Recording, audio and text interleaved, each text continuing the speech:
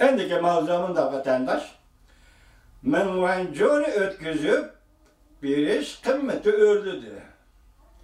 Liyuhu Amerika'nı ziyaret kılıp galbe kılışıdı ümit kalmadı. Mavzula haber birinci ayın 24. gün Venvitor biteli ilan kılındı. Haber bundak başlandı. Silamış menvancı diyenmiş ayalmış hanım doğrusu sel boş göz karaştıyken silah vatandaşı şunda his kılıp kaldın.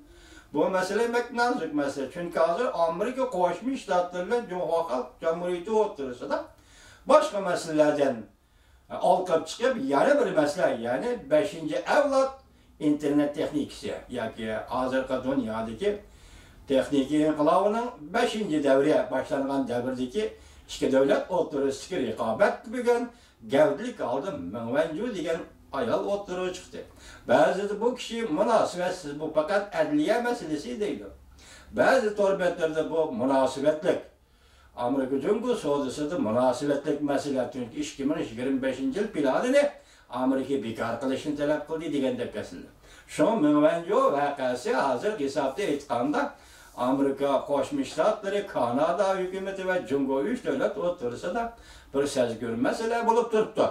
Şuna vatandaşlarına bu mesele kömür bilişini ümit kılımın. Mavzumunda, cevabım haberiminde başlar. Onu verisal haber. Menvencunu Amerika'da ötküzüp bilişliğin vakti yetip gelişki ergişip, Amerika Koşmuş Ştatları Adliye Ministerliği'nin bayanatçı 1. ayının 22. günü bayanat ilan kılıp bundaca kararladı. Amerika taraf, Amerika Kanada ötküzüp bir şartnamesideki ki varlık alakadar belgeleme müddeti işidi menvencu hanımını ötküzüp elişinin adliye tertiplerini tamamlaydı.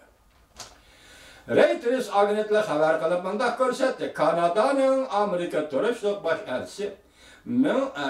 Başelçisi Macmillan Kanada Yarışarı poştisi gazeteki yukarıda ötküzüp eliş haberini çıkardı. Yukarıda ötküzüp bir iş ve ötküzüp eliş haberini çıkardı.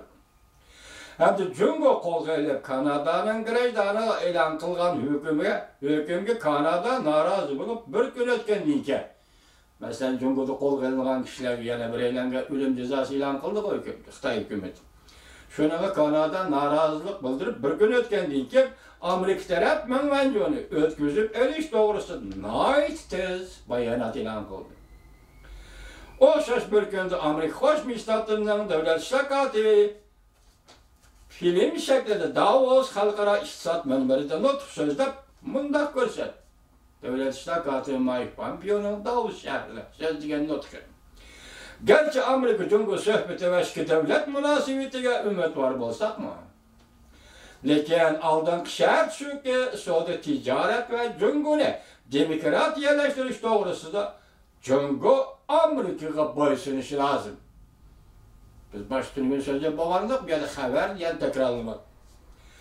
Pul mamili gazete haber kalıp bundak görsetti. Cumhuriyet Amerika şirketimle sohbeti doğrusu, ikinci katımla sohbeti doğrusu toxtalganda devlet işler katibi Amerika Koşmuş Ştatları'nın devlet işler katibi Mike Pompeo bundak görset. Men bu sohbetki ümit varlık bilen qarayman. Eğer sohbetni muvaffakiyet eriştirimiz desem Amerika koşumça qattiq şartlarni o'ttirib qo'yish kerak. Demak, sohbetga Amerika Qo'shma Shtatlari qattiq şartlarni o'ttirib qo'yish kerak. Yani Cumhuriyet soda ticaret ve Cumhuriyet'ni demokrat yerleştirish meselesinde Amerika'nın talepleriga boysunish lazım. Biz tünüyünkiliksimizni ko'rsatib bunu. Bu ham Amerika Cumhuriyeti münasibetinin kelgüsü terakkiyatı emel kılışkı tegishlik birden-bir prinsipdir. Dikkat vatandaş, birden-bir prinsipdir. Amerika iqtisodinin navbatda yer shari iqtisodining aslab ketishinin ta'siriga uchraganligi to'g'risidagi bir ish ishlar to'xtalgan davlat shakati Mike Pompeo bunday ko'rsatdi. Amerika hukumati bu masalada murashsalashmaydi. Balki Cumhuriyet bilan yaxshi munosabatni saqlab qolish oldingi sharti shuki, ikki taraf barobar savdo qilib, tamojni bejini kamaytirib, Amerika şirketlerining Cumhuriyet bozoriga kirishlar cheklanishini etish kerak. Cumhuriyet Amerika savdo kelishimi imzolashdan polislar asli yetib keldimi? Volko Kutsi gazeti 22 kunlik xabariga asoslanganda agar Jungo yo'l qo'ymasa, Prezident Trump har qanday kelishim imzolash qo'shilmaydi. Wall Kutsi ko'rsatdiki, agar Jungo yo'l qo'ysan degan masalalarga yo'l qo'ymaydigan bo'lsam, Amerika Qo'shma Shtatlarining Prezidenti Trump har qanday yana kelishim imzolash qo'shilmaydi. Reuters agentligi 23 kunlik e'lon qilgan analiz xabarida bunday ko'rsatdi. Prezident Trump hargizmi kelishim imzolash uchun Jungo qaratgan qattiq maydonidan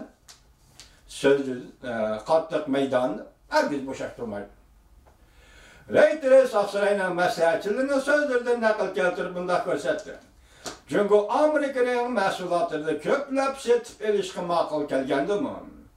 Fakat Moshe'nin tayinlikle sözü uğraşını korunma karakterlik islohat elip verişini cümleten aklı mülk hukukunu kandak bertaraf kılıştan ibaret zor meselelerine hal kılgılı bulmaydı. Hal kılgılı bulmaydı geçirimler.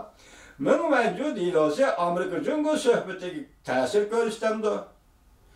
Jungo'ga mayil duyu torbeti bundaktaydı. Bunun mevcut ilosi bilen Amerika Jungo söhbeti işkisi eş. Agar Jungo shunda qaraydigan bo'lsa, o'zidan deginicha vaqt ish boshqa bo'ladi. Jungo hargiz bunday qaramaydi. Jungo mavjud ilos tufayli davlatning joni-jon manfaatiga berib taqiladigan masalalarda qilchim yo'l qo'ymaydi. Joni-jon manfaat to'g'risida hukmni yaxshi tushunishlar bor. Konkret aytganda Jungo Amerika bilan bo'lgan suhbatda yo'l qo'ysa bo'ladigan, yo'l qo'ya oladigan masalalarda yo'l qo'yadi. Yol koymaydigan, yol koygulu bolmaydigan meselelerde herkes yol koymaydı.